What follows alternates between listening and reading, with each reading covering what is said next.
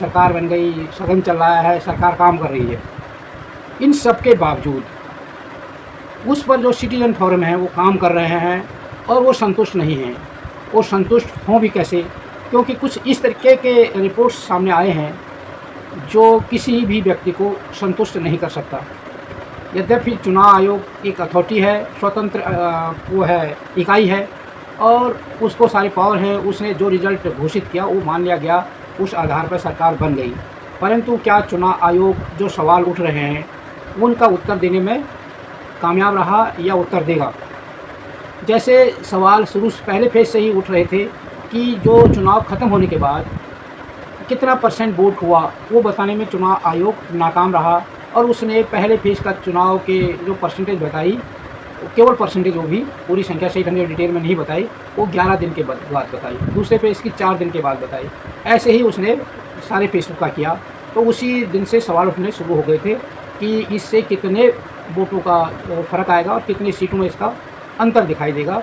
तो एक चीज़ सामने आ रही है कि इसका अंतर 80 सीटों पर पड़ा और करीब 5 करोड़ वोटों का, जो उस समय भी अनुमान लगाया जा रहा था, इसका फ़र्क पड़ा। अगर इसी वोट को सभी सीटों में डिस्ट्रीब्यूट किया जाए तो लगभग 80-90 हज़ार वोटों का जो वेरिएशन प्रत्येक लोकसभा सीट में हुआ।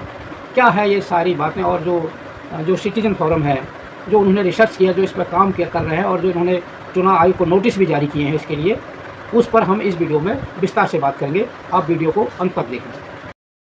नमस्कार, मैं नंदन सिंह बिष्ट। आप देख रहे हैं इमेम दस्तावेज।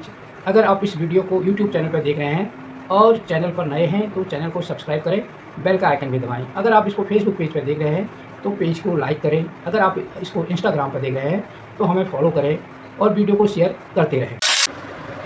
एडीआर इलेक्टोरल बॉन्ड को लेकर केस लड़ा था, सुप्रीम कोर्ट ने उसको अवैध घोषित किया और फिर जब स्टेट बैंक से उसकी लिस्ट मांगी थी कि ये बॉन्ड जारी किया, किस कंपनी ने जारी दिया और किसने भुनाया, तो उसमें भी काफ़ी आनाकानी के बाद जब लिस्ट सामने आई तो जनता को पता चला कि किस तरीके का खेल चला। सिटीजन फोरम है वो vote for democracy, citizen forum vote for democracy ने काम किया है। उसके अनुसार 4 सीटें ऐसी थी जिन पर कोई वेरिएशन नहीं आया। जितने वोट पड़े उतने वोट मशीन ने काउंट किए। एक सीट पर वोट हुआ ही नहीं, वहाँ पर निर्विरोध प्रत्याशी आ गया था सूरत पर। बाकी पर वेरिएशन आया, कहीं पर मशीन के वोट कम थे और टोटल वोट ज़्यादा पड़े थे, कहीं पर मशीन के वोट ज़्यादा थे और टोटल वोट कम पड़े थे। तो इस सारे पर उन्होंने एक डिटेल रिपोर्ट एनडीटीवी के साथ शेयर की है, वो आप इस वीडियो में देख सकते हैं। इस रिपोर्ट में जो हमने कल जारी की है, हमने जो इलेक्शन कमीशन के अपने आंकड़े हैं कि कितने वोट डले, वोट्स पोल्ड, और कितने वोट गिने गए, वोट्स काउंटेड, वो आमतौर पे बराबर होने चाहिए। जितने वोट डलते हैं उतने ही गिनने चाहिए। लेकिन इलेक्शन कमीशन के अपने आंकड़े ये कहते हैं कि वोट्स पोल्ड और वोट्स काउंटेड में अंतर है। कहीं वोट्स काउंटेड वोट्स पोल्ड से ज़्यादा हैं, कहीं वोट्स काउंटेड वोट्स पोल्ड से कम हैं। तो ये जो हमने पाया कि 543 कॉन्स्टिट्यूएंसी हैं लोकसभा में, उनमें से एक में तो चुनाव हुआ नहीं, सूरत में, तो उसका तो कोई डेटा है ही नहीं। 4 कॉन्स्टिट्यूएंसी ऐसी हैं जिनके पूरे देश में फैली हुई हैं, जिनमें कोई अंतर नहीं है। जितने वोट डले उतने ही वोट गिने गए। तो 543 में से 5 निकाल दीजिए तो 538 बचते हैं। 538 कॉन्स्टिट्यूएंसी में या तो वोट ज़्यादा गिने गए जितने डले थे उससे, या कम गिने गए। ये 362 कॉन्स्टिट्यूएंसी में जितने वोट डले थे उससे कम गिने गए और 176 कॉन्स्टिट्यूएंसी में जितने वोट डले थे उनसे ज़्यादा गिने गए। तो अगर आप इसको टोटल करें तो 362 कॉन्स्टिट्यूएंसी में 5,53,598 वोट कम गिने गए और 176 कॉन्स्टिट्यूएंसीज में 35,093 वोट ज़्यादा गिने गए। तो अगर 538 कॉन्स्टिट्यूएंसी को आप देखें तो total 5,79,691 5,89,691 votes have been miscounted, either more or either less.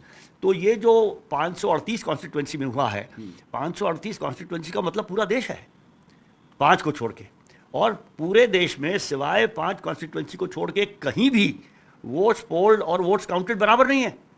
तो ये तो बड़ा मुश्किल है कि कहीं 1,000 कम ज़्यादा हैं, कहीं 3,000 कम ज़्यादा हैं, कहीं 10,000 कम ज़्यादा हैं, और ये कहना कि ये इतना बड़ा काम है, इसमें कभी कभी गलती हो सकती है, ये एक्सेप्टेबल नहीं है। क्योंकि अगर आप किसी भी बैंक की ब्रांच में जाएं तो शाम को जब वो अपने अकाउंट टैली करते हैं तो ₹1 का भी फर्क होता है, तो वो ये नहीं कहते ये तो ₹1 है चलो डाल देते हैं, वो पूरा अकाउंट दोबारा से चेक होता है। तो एक वोट की कीमत ₹1 से तो कहीं ज़्यादा है।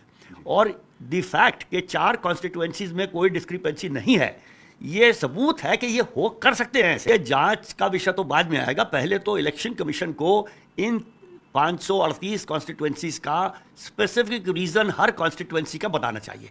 अभी तक इलेक्शन कमीशन की तरफ से कोई सूचना नहीं है। इलेक्शन की जब कर रहा था ये काउंटिंग का सिलसिला, तो यूपी के चीफ इलेक्टोरल ऑफिसर ने ट्वीट किया था।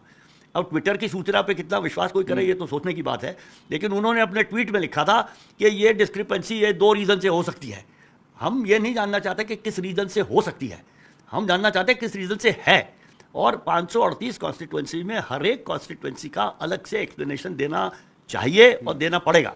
एक याचिका आपकी तरफ से सुप्रीम कोर्ट में दायर की गई थी 2019 के अंत में, उस याचिका का क्या हुआ और क्या ये जो नए तथ्य आपने पाए हैं अपनी समीक्षा में, क्या इसको भी आप सुप्रीम कोर्ट के सामने रखेंगे? देखिए 2019 में भी ऐसा ही कुछ हुआ था। वोट्स गिनने में इलेक्शन कमीशन अपनी वेबसाइट पे कुछ सूचना लगाता था और वो सूचना रोज़ रोज़ बदलती थी। जब इलेक्शन कमीशन को बताया गया कि ये बदल रहा है, उन्होंने वो सूचना लगानी ही बंद कर दी। फिर उनको बताया कि जो आपने पहले लगाई थी उसके स्क्रीनशॉट्स अवेलेबल हैं और वो साबित हो जाएगा कि बदली है। तो उन्होंने एक प्रेस नोट अपनी वेबसाइट पर लगाया, उसमें लिखा कि authenticated electoral data will be available a few days after the declaration of the result. यानी कि असली सूचना ऑथेंटिकेटेड आपको जिस दिन रिजल्ट डिक्लेयर हुआ उसके कुछ दिन बाद मिलेगी। तो इससे ये बड़ी शंका ये पैदा हुई कि भाई अगर रिजल्ट कैसे डिक्लेयर हो गया जब ऑथेंटिकेटेड इन्फॉर्मेशन ही नहीं है। तो उस वक्त हमने इलेक्शन लोकसभा वो सुप्रीम कोर्ट में एक पिटीशन डाली थी, उसमें ये कहा था कि नवंबर 2019 में हमने कहा था हमें रिजल्ट से कोई लेना देना नहीं है, वो तो जो होना था हो गया, लेकिन इस रिजल्ट को भी और आइंदा जो इलेक्शन होंगे उनमें भी election commission should be directed that the counting process should be robust and transparent. इसका मतलब है कि जो गिनने का तरीका है, जो सिस्टम है गिनने का, वो रोबस्ट होना चाहिए ताकि उसमें गलती ना हो सके। तो अब 5 साल बाद और ट्रांसपेरेंट होना चाहिए कि लोगों को पता लगे क्या हो रहा है। उसमें अभी तक कोई सब्सटैंटिव हियरिंग नहीं हुई है। उसके बारे में हमने एक एप्लीकेशन लगाई थी, वो एप्लीकेशन इसलिए डिसमिस हो गई कि जब पूरी पिटीशन सुनेंगे तभी फैसला करेंगे। और उसके जो ऑर्डर है उसमें लिखा गया कि इसको छुट्टियों के बाद इसकी डेट लगाई जाए। तो छुट्टियाँ तो ख़त्म हो गई हैं, जैसे ही उसकी डेट लगेगी, जिस दिन उसकी हियरिंग होगी उस हियरिंग से पहले ये जो सूचना हमने कल जारी की है इसको हम एफिडेविट में लिख के सुप्रीम कोर्ट के सामने पेश करेंगे और उनको कहेंगे कि जो गलती या गलत काम या कुछ भी कहा जाए 2019 में हुआ था वो 2024 में फिर से हुआ है। इसलिए इसके बारे में कोई सीरियस एक्शन लेने की ज़रूरत है। और वो ये है कि इलेक्शन कमीशन अपना काम सुचारू तरीके से, रोबस्ट तरीके से और पारदर्शी तरीके से, ट्रांसपेरेंट तरीके से करे। कल हमने ये इसलिए निकाला कि ये सूचना पब्लिक डोमेन में है, लेकिन जब से इलेक्शन खत्म हुआ है तो इलेक्शन कमीशन ने इसके बारे में कुछ नहीं कहा। तो आपको लगता है वो चुप्पी साधे है। हम उनको ये नहीं परमिशन, ये नहीं हम होने देंगे कि वो चुप रहें, और जो कहावत है एक चुप 100 को हराए, वो नहीं होगा। लोग बोलते रहेंगे, हम भी उनके साथ बोलते रहेंगे जब तक इलेक्शन कमीशन जवाब नहीं देगा। Citizen forum vote for democracy, उन्होंने 226 पेज की डिटेल्ड एक रिपोर्ट जारी की है और उसकी उन्होंने एक प्रेस कॉन्फ्रेंस भी किया है जिसमें उन्होंने अपनी सारी बातें रखी। उनके अनुसार जो वोटों का वेरिएशन परसेंटेज जो वेरी किया अलग अलग फेस में, उसके अनुसार करीब 4,65,40,885 वोटों का वेरिएशन हुआ। वोट इंक्रीज हुए और अगर देखा जाए तो अलग अलग उससे देखा जाए फेसों के हिसाब से तो 3.2 से लेकर 6.32% वोट बढ़े। और इससे भारतीय जनता पार्टी और एनडीए को करीब करीब 80 सीटों का फ़ायदा हुआ, जिसमें 18 सीटों का फ़ायदा उड़ीसा में हुआ, 11 सीटों का महाराष्ट्र में, 10 सीटों का पश्चिम बंगाल में, 7 का आंध्र प्रदेश में, 6 का केरला में, 6 का कर्नाटका में, 5 का छत्तीसगढ़ और राजस्थान में, 5-5 का, और 3-3 सीटों का जो फ़ायदा हुआ वो हरियाणा में, बिहार में, मध्य प्रदेश और तेलंगाना में, और 2 सीट का फ़ायदा हुआ असम में, 1 का अरुणाचल प्रदेश में, 1 सीट का फ़ायदा हुआ गुजरात में और 1 सीट का फ़ायदा हुआ केरला में। इतना इनको फ़ायदा हुआ। सारी चीज़ों के बारे में उन्होंने विस्तृत 226 पेज की रिपोर्ट जारी की और वो उन्होंने प्रेस कॉन्फ्रेंस करके बताया भी। ये सारी चीज़ें डिटेल में एक्सप्लेन एक्स पर यूट्यूब में जो यूट्यूबर है उन्होंने डाला है। एक फोरम है जो रिटायर्ड आईएएस ऑफिसर्स हैं उसमें, उनके फोरम ने इस संबंध में चुनाव आयोग को नोटिस भी दिया है। सिटीजन फोरम है वो इस चीज़ को लेकर चिंतित है कि जनता जो अपना वोट देती है, जो मैंडेट देती है, उस मैंडेट में किस तरीके से वेरिएशन सिस्टम से कराया जा रहा है, वो हमारे जो प्रजातंत्र के लिए है, जो हमारे संवैधानिक ढांचे के लिए है, कितना बड़ा खतरा है। इस चीज़ को की चिंता करते हुए वो लगातार इस चीज़ पर काम कर रहे हैं। गलत सही क्या है वो जवाब देना होगा, जो उस चीज़ के लिए जवाबदेह हैं। तो इसके लिए इसमें आपकी क्या राय है, आप अपनी टिप्पणी में ज़रूर लिखना।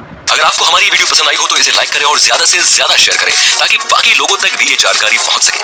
हमारे चैनल को सब्सक्राइब करना बिल्कुल ना भूलें और हमारी वीडियोस को सबसे पहले देखने के लिए बेल आइकन को भी जरूर प्रेस करें।